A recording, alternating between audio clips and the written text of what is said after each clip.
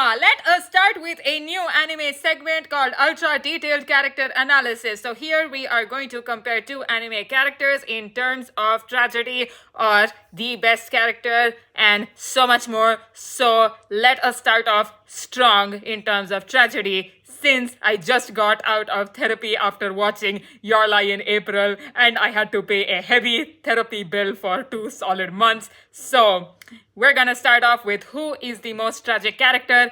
Arima Kouseii from Your Lie in April versus Kana Arima from Oshinoko. Who is the most tragic Arima? Let's get this started.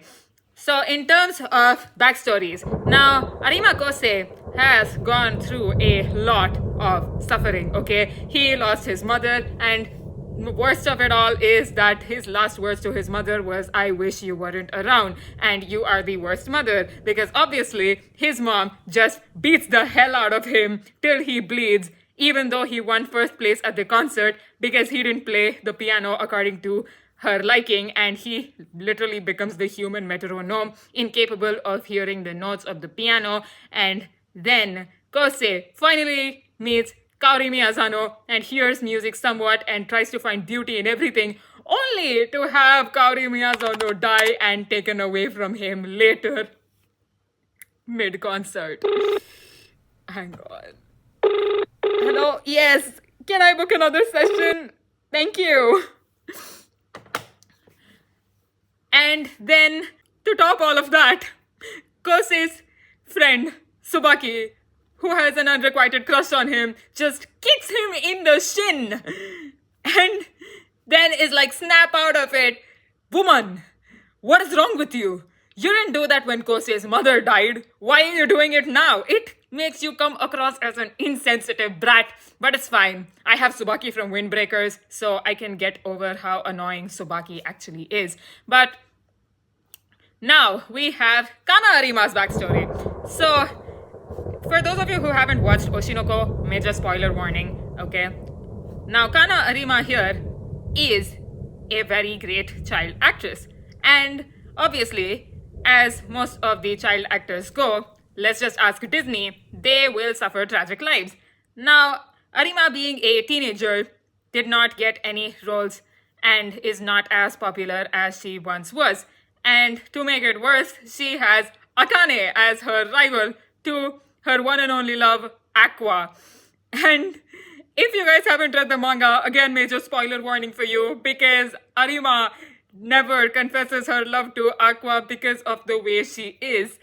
And Aqua actually dies with Kana being so sad. She literally slaps his corpse and starts crying on spot, and that is really tragic because we see Kana being insecure throughout the entire series, and she puts up a good fight against her insecurities but always loses in the worst possible way, and it is so heartbreaking to watch that. But it is nowhere near to the heartbreak and grief that Kouseii felt. So let's give this point to Kouseii Arima in terms of the tragic backstory.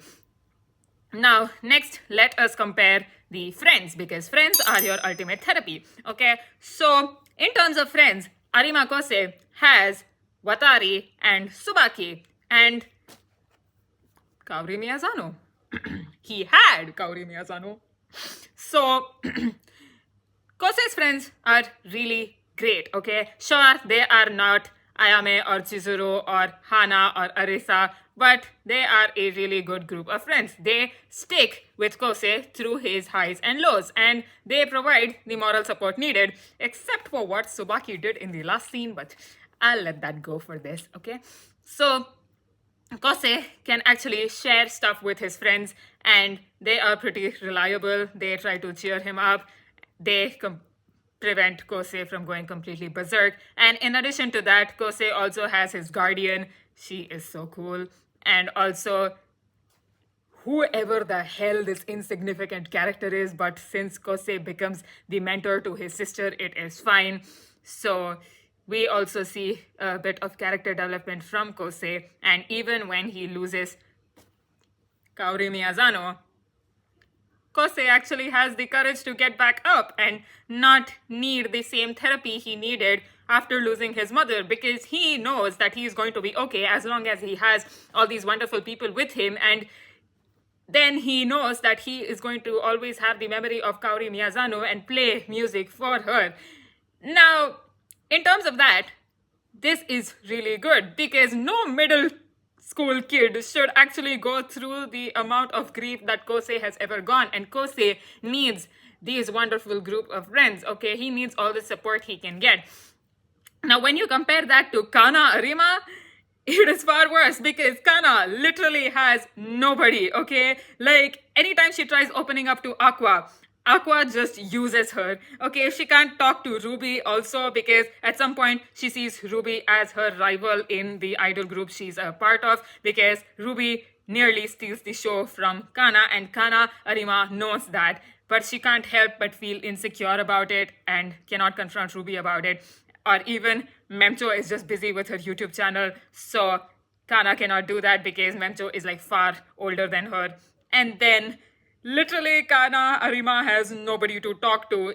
Even when she makes up with Akane, it's not like they are besties or anything. It's just that they are acquaintances now. And when Aqua dies, Arima Kana has nobody to share that grief with. And my girl here needs severe therapy because of the amount of insecurity she has to fight through, and because she still remains jobless after Tokyo Blade, okay? And even during the production of Tokyo Blade, she never gets to share her insecurities with anybody. She never has a true friend throughout the entire series, and the only person she thought of that was her true friend, aka Aqua or Peon, are not around.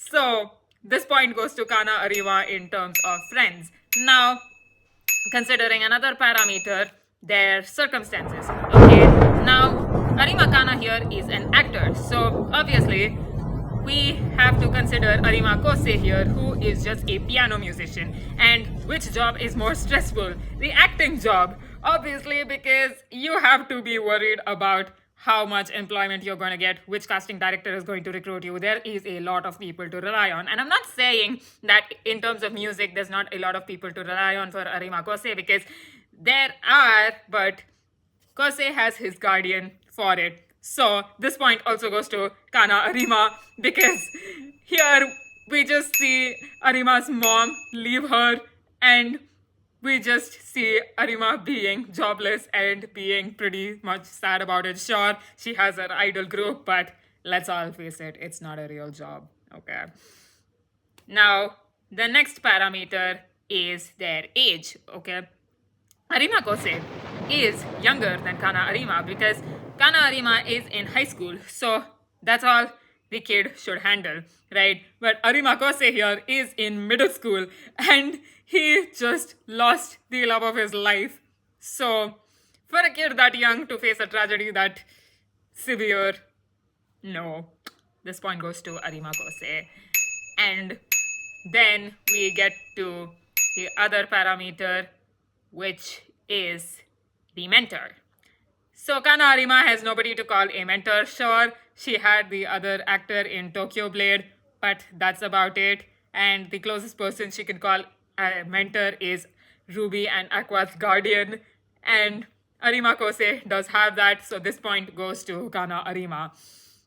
Then we also go to the overall ending. While the ending of Your Lie in April is a masterpiece, and Kosei Arima is alright in the ending, he is just there, kinda doing well. He knows he'll be doing well. But here for Kana Arima, she just meets the most tragic ending. We do not know for sure what she's doing or how she's going to be fine after Aqua's death.